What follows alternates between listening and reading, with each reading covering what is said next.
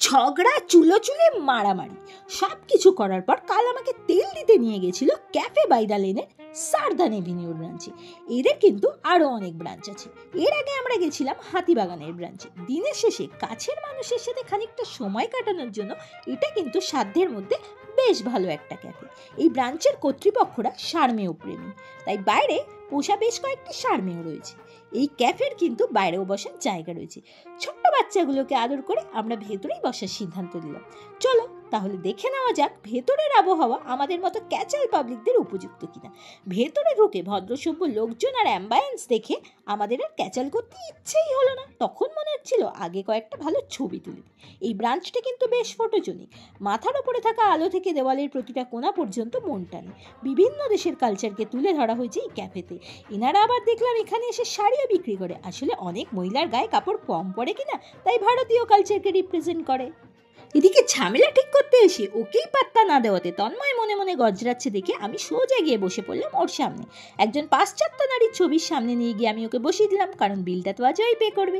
তারপর আমি ওকে একটু ভালোবেসে দিলাম, বললাম তুমি তো আমার কি। আমরা হাতিবাগানের ব্রাঞ্চে গিয়ে যে আইটেমটা খেয়েছিলাম সেটাই ও খুঁজছিল আমার জন্য অর্ডার দেবে বলে। তারপর বেল বাজানোর সাথে সাথে চলে এলো একজন ইংরাজি জানা মহিলা, যিনি আমাদের গোছিয়ে গেছিলেন এই ক্যাফে আমেরিকান। আমি বাবা পাপা কি পারি না, তাই এইসব বড়লোকি স্টাইলের কফি জীবনে প্রথমবার ট্রাই করলাম। প্রথমে তো বুঝতেই পারছিলাম না কি জিনিস এটা। তারপর মনে পড়লো বিগ বসে দেখেছিলাম ভিভিয়ান দ্য সেনা কফি বানাতো এই ফ্রেঞ্চ প্রেস মেশিনে। যাই হোক, চিনির বদলে এখানে ছিল গুড় অ্যাড করার পর আমি এই জারে কফি বানিয়ে নিলাম। এই জারে আসলে ডাইরেক্ট কফি দিয়ে গরম জল ঢেলে দেওয়া হয়, তারপর চেপে চেপে কফিটাকে মিক্স করে নিলেই তৈরি এই বড়লোকি কফি।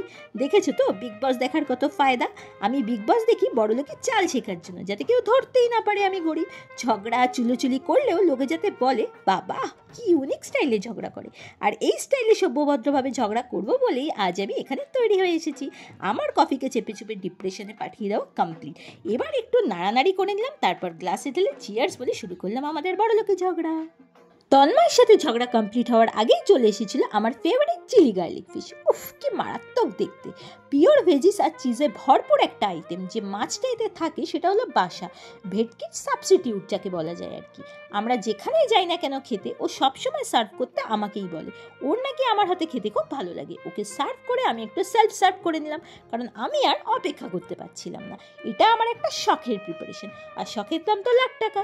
চিজ লাভারদের জন্য এই আইটেমটা best. Baby tomato, broccoli, bell pepper এসব ভেজিস আর চিজের সাথে দারুণ একটা ফিশ প্রিপারেশন। ভালোবেসে আমি একটা আমার পুকিকে খাইয়ে দিলাম। ঝগড়া ঝামেলা এইসব তো বাচ্চারা করে। আমরা ভেতরে যতক্ষণ আছি ততক্ষণ তো বড়লোকি স্ট্যাটাসটা মেনটেন করি। গেটের বাইরে গেলেই আবার আমরা মধ্যবিত্ত হয়ে যাব। ঝগড়া ঝামেলা তখন সব হবে, কিন্তু মনে মনে তো জানি আমরা প্রচণ্ডভাবে মধ্যবিত্ত, তার উপর চিজ লাভার, তাই এতটা চিজ নষ্ট করা যাবেই না। আমি ভাবছিলাম ইস ও চিজটুকু খেয়ে নেবে, কিন্তু দেখলাম না, পুকি আমাকেই খাইয়ে দিল। আসলে আমি তো শখের নারী। তারপর স্ট্যাটাস মেনটেন করতে টিস্যু পেপার দিয়ে আমি একটু মুখের ওপরটা ড্যাব ড্যাব করে নিলাম। তারপরও বিল পে করলো। এবার আমরা বাইরে ঝগড়া শেষ করতে যাচ্ছি। তোমাদের সাথে দেখা হবে নেক্সট ভিডিওতে। তোমরা সবাই ঘুমিয়ে পড়ো। গুড নাইট, টাটা, সবাই ভালো থেকো।